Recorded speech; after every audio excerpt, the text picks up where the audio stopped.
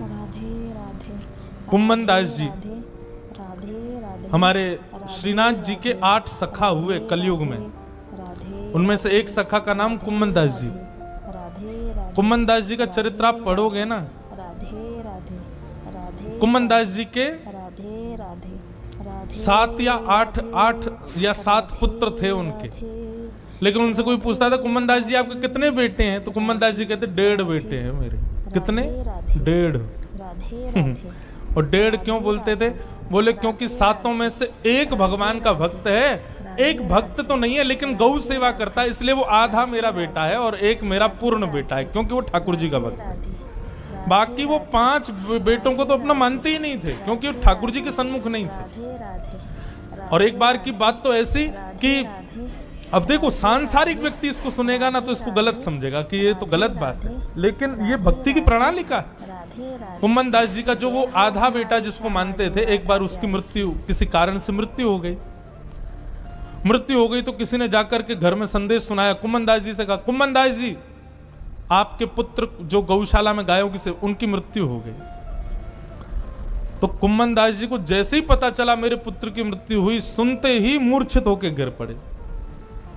अब घर परिवार के लोग तो उनको संभालें, लेकिन कई लोगों के मन में आए ये कैसे भक्त हैं भगवान के, 24 घंटा भक्ति में लगे रहते हैं, यहां तक कि अपने पुत्रों को भी अपना नहीं मानते, बस उसी को मानते हैं जो भगवान की भक्ति करता है। और आज इतनी संसारी स्थिति हो गई इनकी कि पुत्र के मरने की बात सुनते बेहोश ही हो गए। बस दिखाते हैं कि मैं भक्त हूं, है नहीं। लोगों के मन में प्रश्न आने लगा। लेकिन गोसाई विठलनाथ जी को जब ये बात पता चली कि कुम्मन दास जी मूर्छित हो गए, तो गोसाई जी बोले वो इस बात से मूर्छित नहीं हुआ कि उसका बेटा मर गया है। तो बोले तो फिर कैसे? बोले मुझे पता है, मैं अभी ठीक करता हूं। गोसाई विठलनाथ जी आए और विठलनाथ जी ने जैसे ही कुम्मन दास जी को देखा तो कान के पास जाके बोले, तुम चिंता मत करो, 13 दिन का सूतक लगा है, लेकिन फिर भी मैं एक खिड़की से तुमको ठाकुर जी का दर्शन करा दूंगा। ये सुनते ही वो पुनः ठीक हो गए। बोले जय हो भगवान, बड़ी कृपा आपकी, मैं तो इसी बात में व्याकुल हो गया था, 13 दिन तक सूतक लग गए, मैं बिना ठाकुर जी के दर्शन के रहूंगा कैसे।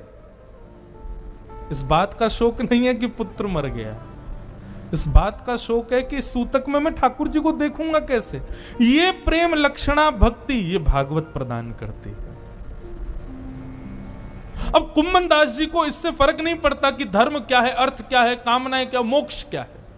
हमारे वृंदावन में आएंगे ना आप, तो वृंदावन के लोग क्या कहते हैं, कहा करूं वैकुंठ ही जाए। मोक्ष की कामना नहीं वृंदावन के लोगों को। वृंदावन में जन्म लेने वाले ब्रजवासी स्पष्ट कहते हैं बिहारी जी को, हे बिहारी जी हमें मोक्ष नहीं चाहिए। तो क्या चाहिए कि एहो विधि ना तो पे अचरा पसार मांगू, जन्म जन्म दीजो याही ब्रज बसिवो। हे विधाता, हम आपसे केवल यही मांगते हैं कि आप जन्म जन्म हमको ऐसी स्थिति देना कि हम आपको देख सकें, इस ब्रज में हमारा जन्म हो। वृंदावन के लोग मुक्ति नहीं मांगते, मुक्ति उन्होंने सी खारी लागे।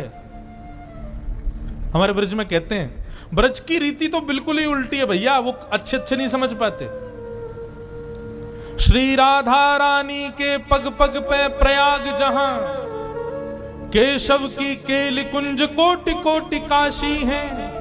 यमुना में जगन्नाथ, रेणुका में रामेश्वर, तरु तरु पे पड़े रहते अयोध्या निवासी हैं। गोपिन के द्वार द्वार हरिद्वार बसत जहां, बद्री केदारनाथ फिरत दास दासी हैं। स्वर्ग अपवर्ग लेकर करेंगे हम क्या, जान लो हमें हम वृंदावन वासी हैं। जान लो हमें हम वृंदावन वासी हैं। हमें नहीं चाहिए स्वर्ग, हमें नहीं चाहिए वैकुंठ, हमें नहीं चाहिए मुक्ति।